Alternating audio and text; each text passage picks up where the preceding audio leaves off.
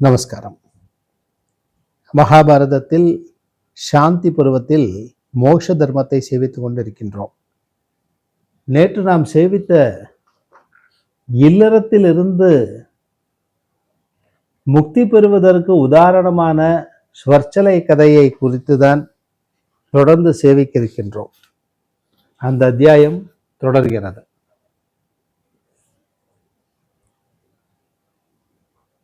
ஆக அவர்களை நமஸ்கரித்து, இந்த சபையில் பொட்டையும் பொட்டை இல்லாதவருமான பிராமணர் இருப்பாரே என்றால் அவர் எனக்கு வரர் என்று அந்த ஸ்வர்ச்சலை சொன்னாள்.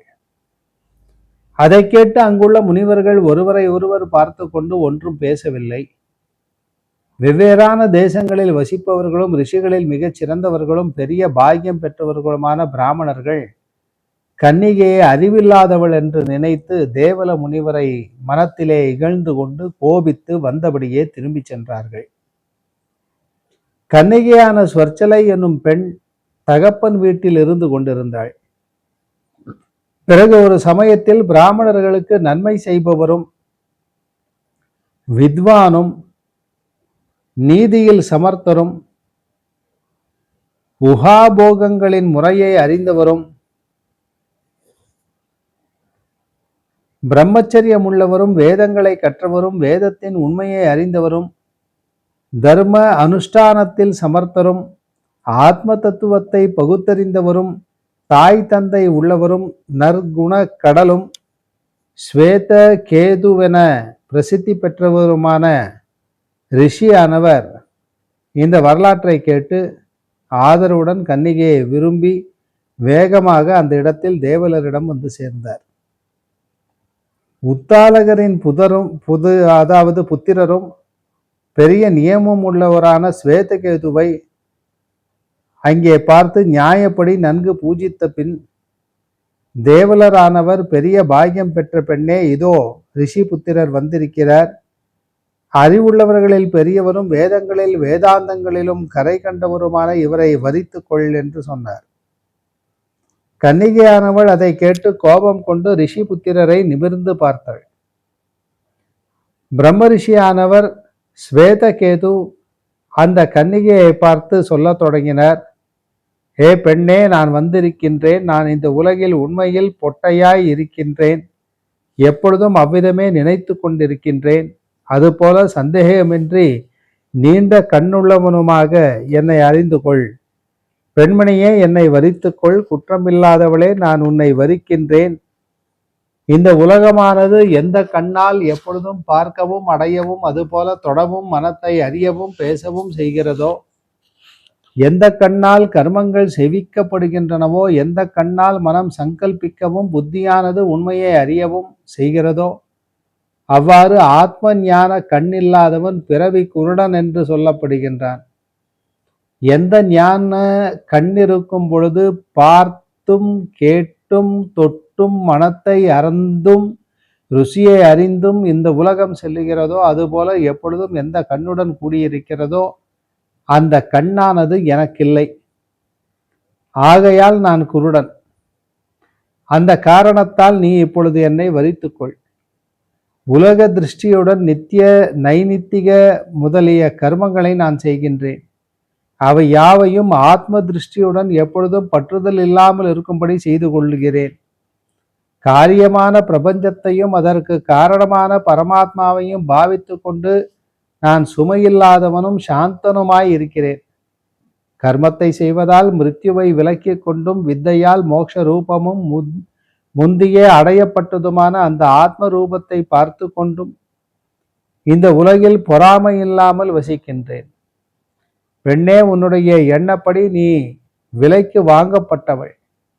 உனக்கு நான் கணவனாகின்றேன். நீ என்னை வரித்துக்கொள் என்று சொன்னார். பிறகு ஸ்வர்ச்சலையானவள் பிராமணோத்தமரான அந்த ஸ்வேதகேதுவை பார்த்து, நீர் மனத்தால் வரிக்கப்பட்டவராகிறீர். மற்ற கர்மங்களை செய்ய வேண்டியவர் என்னுடைய பிதா. எனக்கு வேண்டிய என்னுடைய தந்தையை கேளும். இது வேதத்தில் கூறிய விதியின் முறையாகும் என்று சொன்னாள். அதை அறிந்து அவள் தந்தையும் முனிகளில் மிகச் சிறந்தவருமான தேவலர் அவுதமே உத்தாலகருடன் கூட அந்த ஸ்வேதகேதுவை நன்கு பூஜித்து முனிவர்களின் எதிரில் தாரையை முன்னிட்டு கன்னிகையை அளித்தார். அந்த இடத்தில் இருப்பவர்கள் அந்த ஸ்வேதகேதுவை பார்த்து, ஹிருதய புண்டரீகத்தில் வசிப்பவரும் எல்லா பிராணிகளும் ஆத்ம பூதரும் மதுவென்னும் அசுரனை கொன்றவருமான ஸ்ரீஹரியாரவர் ஸ்வேதகேதுவை உருவமாகி இதோ நிற்கிறார் என்று சொல்லிக் கொண்டார்கள். முனிவர்களில் சிறந்த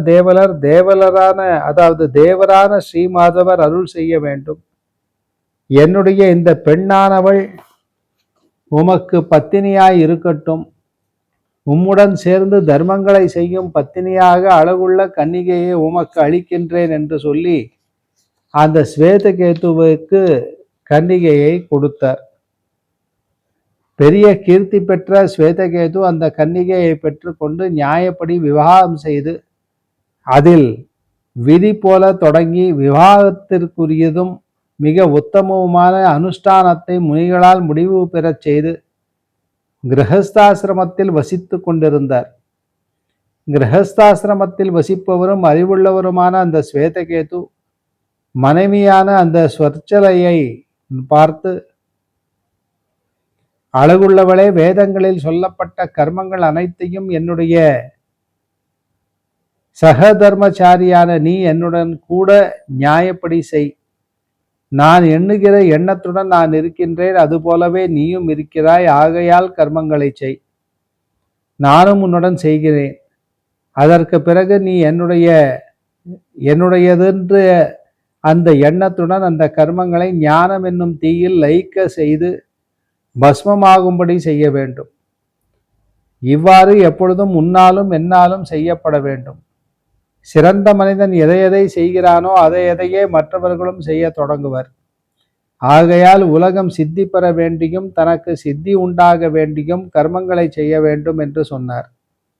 இவ்வாறு சொல்லிய பின் பிராஜ்ஞர்களில் பெரியவரும் எல்லா அறிவுகளுக்கும் ஒரே இடமுமான அந்த ஸ்வேதகேதுவானவர் புத்திக்கும் க்ஷேத்திரஜனும் உள்ள ஒற்றுமை போல தமக்கு சரியான அந்த மனைவியை அடைந்து அவளிடத்தில் புத்திரர்களை உண்டு பண்ணி யாகங்களால் தேவர்களுக்கு திருப்தி செய்தபின் எப்பொழுதும் ஆத்ம ஞானத்தை பெரிதாக கொண்டவரும் துவந்தங்களிலிருந்து விடுபட்டவரும் அபிமானித்தக்க பொருட்களை விட்டவருமாய் இருந்தார். சந்தோஷத்துடன் கூட இந்த உலகில் சஞ்சரிப்பவர்களும் சாட்சி போன்றவர்களுமான அந்த பதியம் பாரியையும் வேறு உலகத்தை அடைந்தவர்களும் போல் இருந்தார்கள்.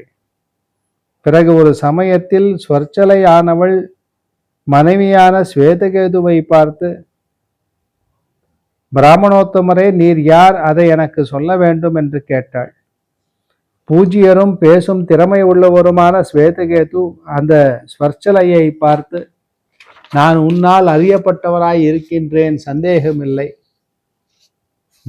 பிராமணோத்தம என்று என்னை அழைத்து விட்டு மீண்டும் என்ன கேட்கிறாய் என்று சொன்னார். அந்த ஸ்வர்ச்சலையானவள் மகாத்மாவான அந்த ஸ்வேதகேதுவை பார்த்து, மனத்தில் படுத்திருக்கும் அந்த ஆத்மாவை கேட்கின்றேன் என்று சொன்னாள். அதை கேட்டு ஸ்வேதகேது அவளை பார்த்து, பெண்ணே, அவர் பேச மாட்டார் என்று விடையளித்தார். ஆத்மாவை பெயரும் பிறப்பும் உள்ளதாக நினைப்பாயே என்றால் அது பொய்யாகும். பிறப்பிருக்கும் பொழுது ஷரீரம் என்னும் பந்தம் இருக்கிறது. இந்த ஷரீரத்தில் நான் என்னும் இந்த எண்ணமானது உன்னிடத்திலும் நிலை பெற்றிருக்கிறது. நீயும் நான், நானும் நான், யாவும் நான் என்பதே உண்மையில் இருக்கிறது. உண்மையான அந்த பொருளானது இந்த ஷரீரத்தில் இல்லை. எதற்காக கேட்கிறாய் என்றும் சொன்னார். பிறகு தர்மங்களை செய்யும் அந்த ஸ்வர்ச்சலையானவள் சிரித்து கொண்டு சந்தோஷமடைந்தாள். அந்த சமயத்தில் சிரித்து கொண்டு கணவனை பார்த்து, பொருத்தமில்லாத பல சொற்களால் என்ன பயன்? எப்பொழுதும் கர்ம கூட்டங்களால் ஞானத்தை இழந்தவராய் இருக்கிறேன். நான் எவ்வாறு உம்மை தொடர்ந்து நியமம் உள்ளவனாக இருக்கின்றேனோ அவ்வாறு நீர் அஞ்ஞானத்தை எனக்கு உபதேசிக்க வேண்டும் என்று சொன்னாள். அதற்கு ஸ்வேதகேது சொல்லத் தொடங்கினர். சிறந்த மனிதன் எதை செய்கிறானோ அதையே மற்ற ஜனங்களும் செய்ய தொடங்குவார்கள். அந்த காரணத்தால் இந்த உலகம் நிலை பெற்றிருக்கிறது. இல்லாவிடில் சங்கீர்ணமாகிவிடும். தர்மமானது சங்கீர்ணமானால் ஜாதியும் சங்கரத்தை அடையும். சங்கரம் உண்டானால் பெரியது சிறியது விழுங்குவதான மீன்களுக்கு நியாயம் நடைபெறும். அந்த மீன்களுக்குரிய நியாயம் நடைபெறும். இந்த உலகை படைத்தவரும் மகாத்மாவுமான ஸ்ரீஹரிக்கு அது அனிஷ்டமாகும். உலகங்களின் இந்த படைப்பானது உத்தமரான கடவுளின் விளையாட்டாகும். உலகத்தில் எவ்வளவு மணல்கள் இருக்கக்கூடுமோ அவ்வளவே இந்த ஸ்ரீஹரியின் விபூதிகளும் உண்டு, மாயைகளும் அவ்வளவு உண்டு. இந்த மாயைகளின் சக்திகளும் அவ்வளவு உண்டு. இவ்விதம் பெருங்காட்டில் ஆத்மா அகப்பட்டதாய் இருக்கிறது. அதில் பிறப்பு இறப்பு என்னும் சம்சாரத்தை அறிவென்ற அந்த கத்தியால் வெட்டிவிட்டு எவன் செல்லுகின்றானோ அவனே அறிவுள்ளவன். அவன் எனக்கு நேசமுள்ளவன். அவன் நானே, சந்தேகமில்லை என்று அந்த ஸ்ரீஹரியின் உறுதிமொழி. மூடர்களும் கெட்ட புத்தி உள்ளவர்களும் தர்மங்களுக்கு சங்கரகத்தை செய்கிறவர்களும் உலக மரியாதையை மாற்றுகிறவர்களுமான நீச்சர்கள் அசுர பிறவியை அடைந்து நரகத்தில் செல்லுகிறார்கள் என்று தேவரின் கட்டளை. ஆகையால் பூஜையான உன்னாலேயும் உலகத்தில் சந்தேகமில்லாமல் அது காப்பாற்ற தகுந்தது. உலக மரியாதையை காப்பாற்ற வேண்டி நான் இவ்விதம் இருந்து கொண்டிருக்கின்றேன் என்று சொன்னார். இதற்கு ஸ்வர்ச்சலை என்ன பதில் சொல்லப் போகிறாள் என்பதை நாளை வரை பொறுத்திருந்து செவிப்போம். நமஸ்காரம்.